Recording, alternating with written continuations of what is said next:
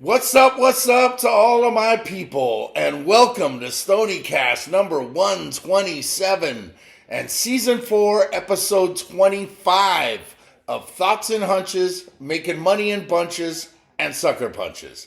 It's your boy Stony coming back at you for the 127th time, and I'd like to welcome all of my fellow hoodlums, scumbags, lowlifes, shady characters, anybody named Phil Mickelson, altar boys with unhealthy relationships with their priests, hustlers, foul-mouthed raging alcoholics, cheats, friends and family of the gooch, fienders with abusive language, and degenerates. I mean, let's face it, anybody with a massive gambling problem. If you're new to the show, that means you probably fit into one or more of those categories, Cruz. So, welcome, because you're one of us. One of us. Gooba gobble, one of us. We accepted Sorry. Sometimes I get carried away a little bit there. But hey, make sure to hit the subscribe button right down here in the lower right-hand corner. That way you can get notified every time that I put out a new video. To spread the word, that's also very easy. Just tell other degenerates and scumbags, crews, to go to YouTube and enter Thoughts and Hunches in the search bar.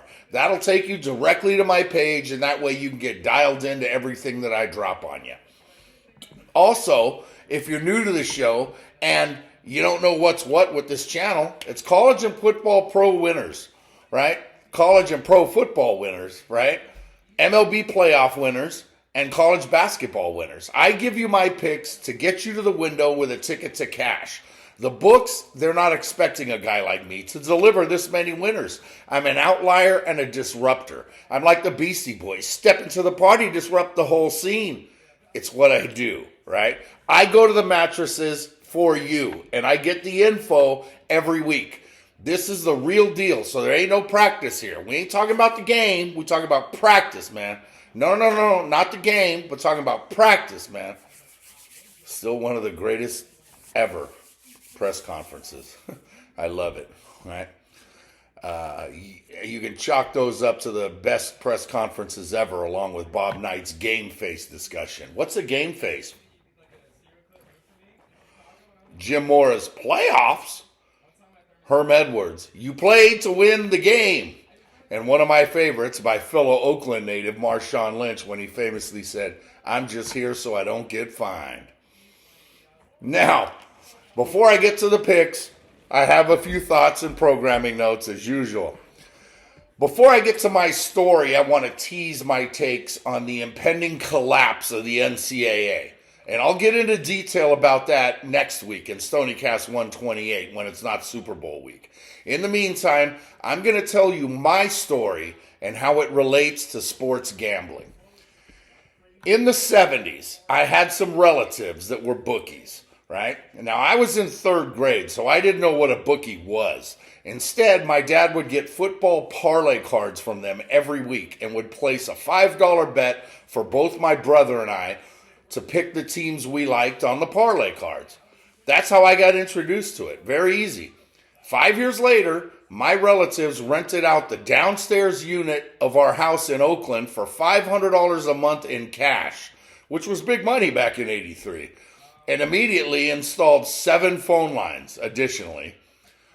Every day on our way home from school, on the way upstairs, my brother and I would stop off and shoot the shit with any one of the 5 guys that were answering the phones. They taught us how everything worked. 5 years later, in high school, I was placing bets on big events like fights, Super Bowls, March Madness, etc., through my father to my relatives. $50 here, $20 here, big deal, right? Gambling was obviously highly illegal back then. By the time I was in community college, I was working for another relative in San Francisco who had me grading the parlay cards every Tuesday of all of his clients. I eventually got my first account with my own bookie and proceeded to lose money like 70% of the betting public does. I also became a part owner of a fantasy football team at the King's X bar in Oakland, where fantasy football originated. If you don't know, now you know. Look it up. The King's X invented fantasy football. By the time I got to university, I partnered with a buddy, and we became the books, taking wagers from coworkers, friends, and students. we did very well for ourselves. Around this time, I started listening to Scott Farrell on Insomniac Sports out of San Diego, and eventually on KNBR in San Francisco. If you don't know Farrell, Google him. His entire show is devoted to numbers and totals and money lines and winners. I became a loyal caller, and he knew me as Stoneface, who would give him 2 picks for the weekend and asked him for 2 in return. He's moved around a lot in the last 30 years since I first heard him, basically because gambling was illegal, and every program director he ever worked for didn't want him talking about something that was so illegal. Eventually, he found his way to Sirius XM on the Howard Stern channel, where he was free to talk about whatever he wanted. I moved to Las Vegas, stopped booking, and got married, but I always kept an eye on the lines. At this time, the only thing I was really gambling on was fantasy sports.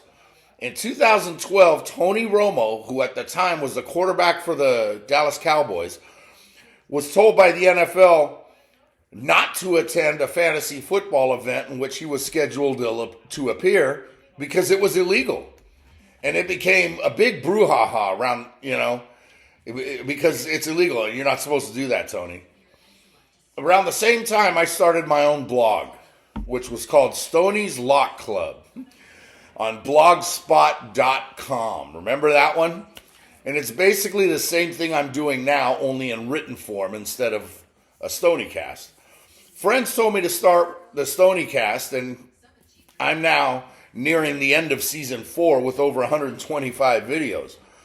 When I moved to Tennessee in 2017, legalized gambling was appearing on more and more states' ballots, and I was relieved that finally certain states were beginning to legalize it. While growing up, I just couldn't understand why the stock market was legal and sports gambling wasn't. I couldn't see the difference between placing a bet on Apple stock or placing a bet on the NFL. One was legal and one wasn't, and it just made no sense to me. Now, this week, the media of the world has descended onto Las Vegas for the biggest validation that gambling is not only expected, but it's encouraged now, right? Scott Farrell is now on Sports Grid and has been on Radio Row all week talking about his career and how he was urged not to talk about it for all those years. And now he's on a network whose whole basis is devoted to sports gambling. I've had an account for the last 4 years in Tennessee where I put X amount of dollars on in my account in August, and I cash out after the college basketball national championship on the first Monday in April. That's when my Stoniecasts end. I don't give you picks on this podcast that I'm not placing myself. As for this Sunday, prop bets used to be the trendy thing to bet on during the Super Bowl. Now you can bet on them every day for any event on your couch, unless you live in one of the 12 states that doesn't allow it, Cruz. DraftKings, which started as a fantasy football app, now is a full-fledged sports book and casino, along with all the others that we see so many commercials for these days. They're all over the place. You can't avoid them. Do you really think they're not going to win again this year? Right? Casinos have turned a profit in 21 of the last 23 Super Bowls. It's what they do. They turn profits. Now, with all that being said, one of the angles I'm going to use in my description of the game Sunday will revert back to that statement that I just said. I will also have some prop bets, which I have been calling boutique bets since they all became legal. In the meantime, let's take a look at the week that was for me and my fellow hoodlums and dirtbags, Cruz. With no football last week, it was all about college hoops, and it wasn't easy, but I slowly and casually pulled away from what I like to call the gravitational pull of a 500 record. Only a few games over 500 heading into Sunday, I finished strong and still managed to post a winning week. And a wise man once said, and will say again at the end of this Stoniecast, you can't go broke taking a profit. Here are the numbers. Last week, 41 wins, 32 losses, 1 push, 56.16%. Not a great week, but still in the black. NFL playoffs, 13-10-1 on the playoff season, 56.52%. With only one game left this season, it's time to close strong. NCAA hoops now for the season, 496 wins, 369 losses, 12 pushes, 57.34%. Numbers are nice, but 58 is where I want to be in March. So overall now, all 24 weeks, 25 weeks, however many Stoniecasts I've given you this season, 1,004 wins, 733 losses, 23 pushes, 57.8%.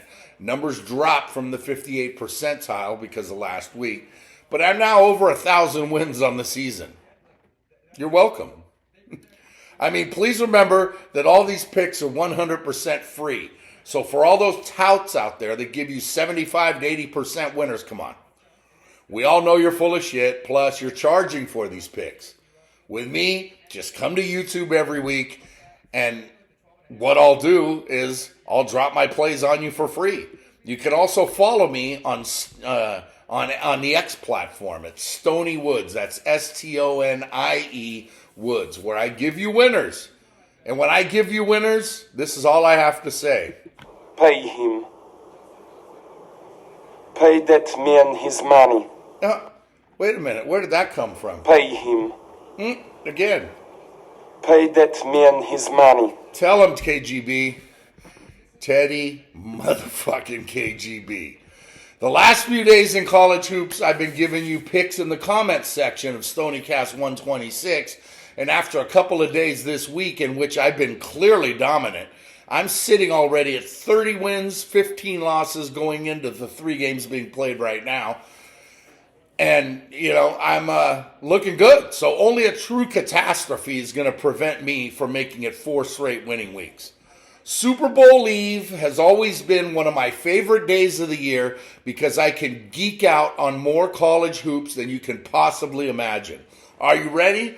There's a ton of games on the docket tomorrow, and I'm going to be all over them. So let's start Super Bowl Eve off at noon Eastern in our nation's capital on FS1 with the number 1 team in the nation and the defending champs, the Connecticut Huskies, as a huge 17.5-point road favorite at Georgetown.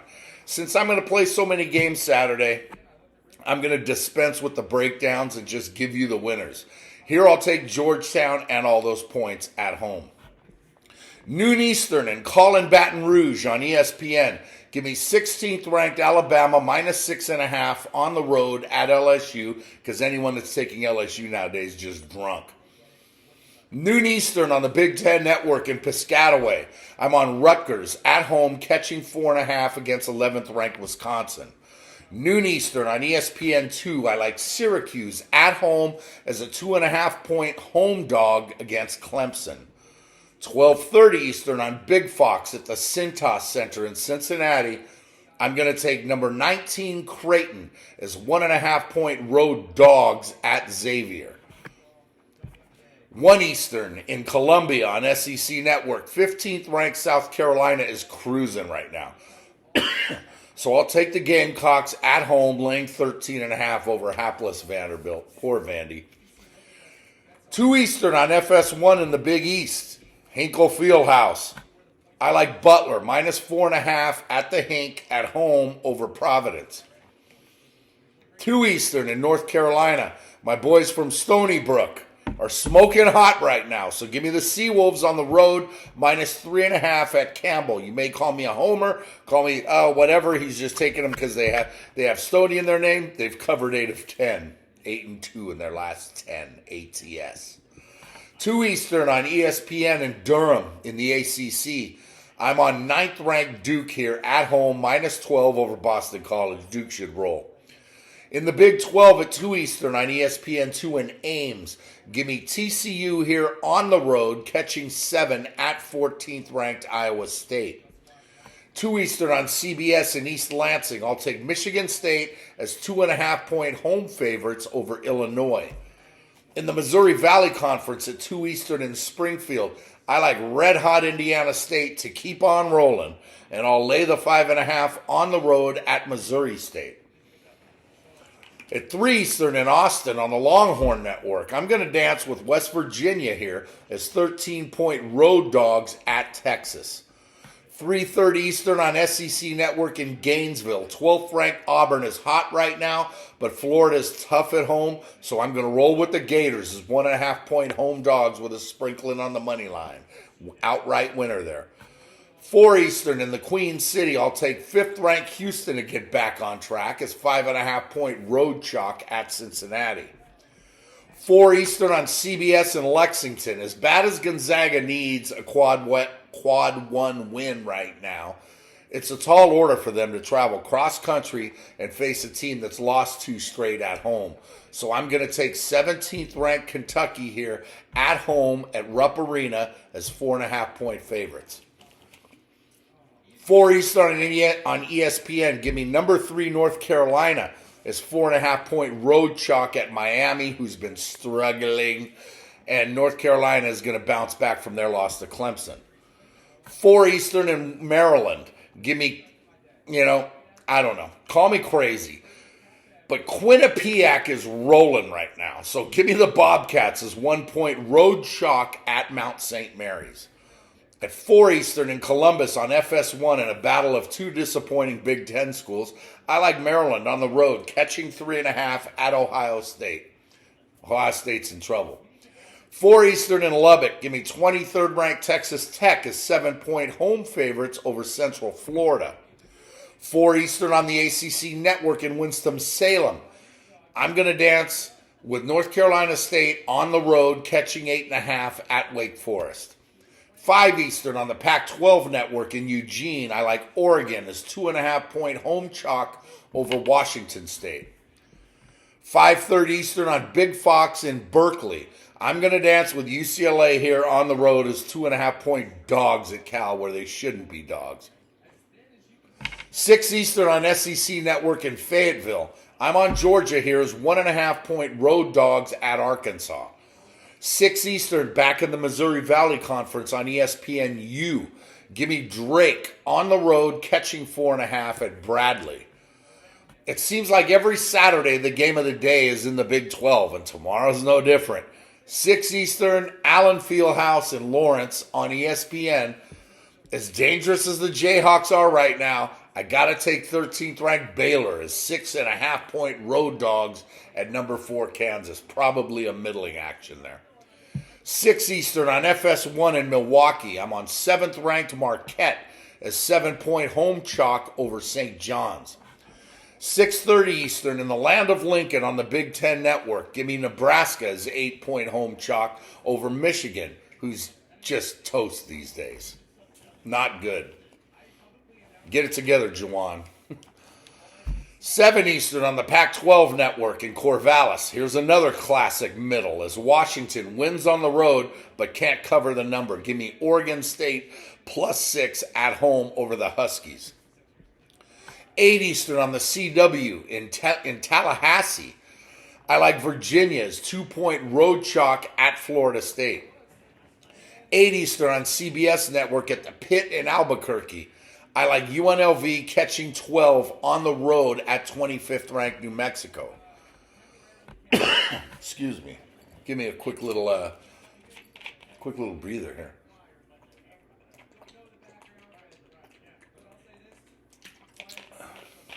That's better. 8 Eastern in College Station on ESPN. I know Texas A&M is tough at home, but 6th ranked Tennessee's rolling right now and seeking a number 1 seed in the dance. So I'll take the Vols as 3.5-point road chalk at A&M. 10 Eastern on ESPN2 in Provo. Give me Kansas State on the road catching 11 at 21st ranked BYU. 10 Eastern on ESPN in Boulder. I'm all over 8th ranked Arizona as 1.5-point dogs at Colorado. 10 Eastern in the Silicon Valley of Palo Alto. Yes, I called it Palo Alto. On ESPNU, I like Stanford, 1.5-point home chalk over USC. Also at 10 Eastern in Logan on FS1. 22nd ranked Utah State is the play here as 3-point home favorites over Boise State. And finally, For all you degenerates out there, Cruz, this week's Degenerate Cruise special is in Stony Lulu, and I'll take Hawaii at home -1 to close it out over UC Davis. Are 36 plays enough for you? They damn well better be, because that's a lot. Oh, and by the way, apparently there's some sort of football game going on Sunday at America's Playground, better known as Las Vegas, Nevada. Super Bowl 58 kicks off at 6:30 Eastern on CBS with the NFC champion San Francisco 49ers as a 2-point favorite over the AFC champion Kansas City Chiefs, and the total set at 47.5. The 49ers believe that they've been the NFC's best team for the last 5 years. But they're only appearing in their second Super Bowl in that time. And they've not won the big one in 29 years. This team is scary talented. And they are the first team in 6 years to be favored in every single game of the entire season. Talent is everywhere, as evidenced by the NFL high number of Pro Bowlers and All-Pros. They're without All-Pro safety Talanoa Hufanga, who's been out for the season for the past 3 months, but otherwise, they're very healthy. They struggled in the first half of both of their playoff wins, first over Green Bay in the divisional round, and then over Detroit in the championship game. What's lost about how bad they looked in the first half of both of those games, which is what everybody remembers, oh my God, they looked so bad and they were outplayed, is how good they looked in the second half of all those games. And how their defense, which was getting gashed in both first halves, made the necessary adjustments and dominated down the stretch of both games when they needed to. Their offense also found their rhythm once quarterback Brock Purdy shook off some shaky starts to take over games when they mattered most.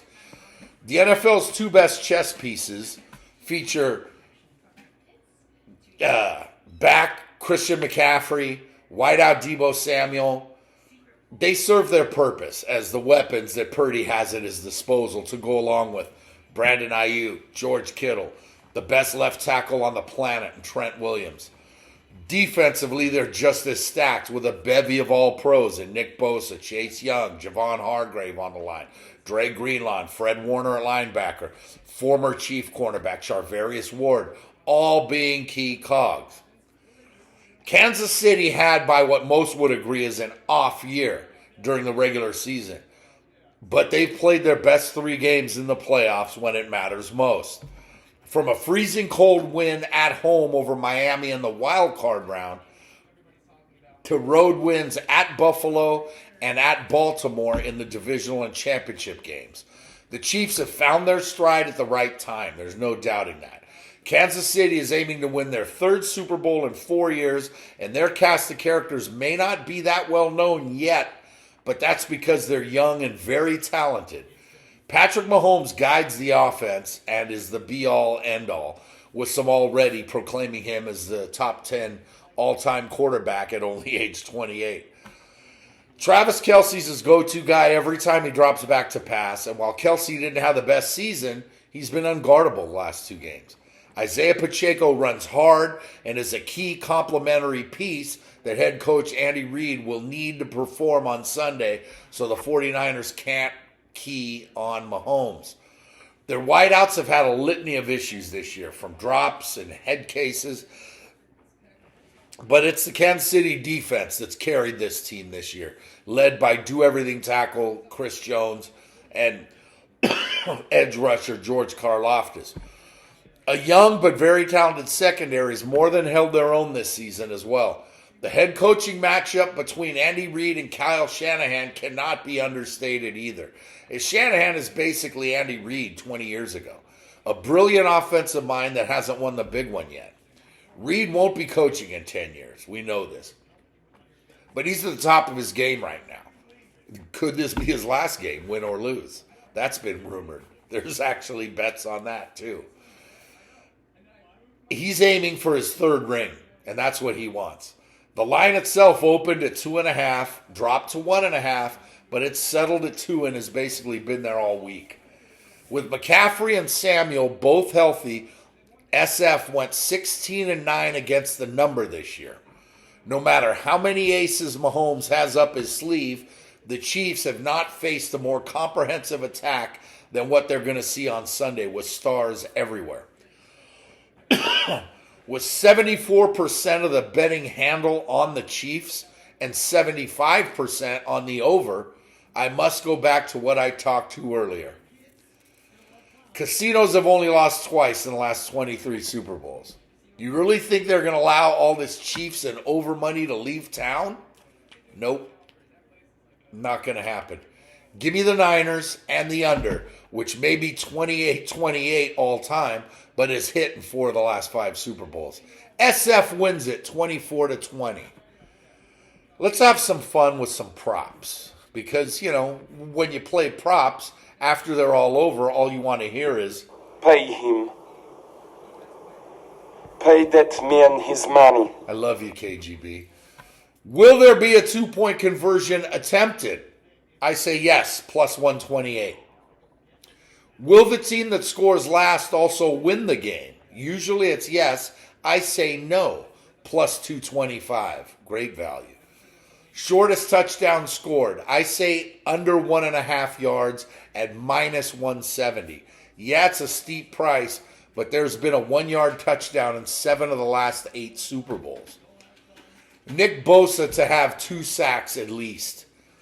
I say yes at plus 350. He had 2 against the league's best right tackle in Penei Sewell of Detroit, and now he'll be lined up against Jawan Taylor, who led the NFL with 20 holding penalties this year. Isaiah Pacheco's total rushing attempts. Give me over 15.5 at minus 130. He's gone over in all but 1 of his 6 career playoff games. Here's a fun long shot. Will the position of the first touchdown scorer be a quarterback? I say yes at plus 1,000. Now that's good value if they get to the 1-yard line, obviously. Patrick Mahomes' total interceptions is a half. I say he throws 1 at minus 110. He's thrown 4 interceptions in 3 Super Bowls, including 2 against the 49ers 4 years ago. Christian McCaffrey to score at least 2 touchdowns. I say yes, plus 245. More great value. First half, under 24 points. Yeah, I'm all over this one. Will the last play of the game be a quarterback kneel? I say yes at plus 200. That's more than enough props to keep you busy, right? You add all of those to the Super Bowl and all 36 college hoops picks, and you should be more than prepared to spread your wings and do some damage this weekend. So at the end of the weekend, you can just say, Pay him.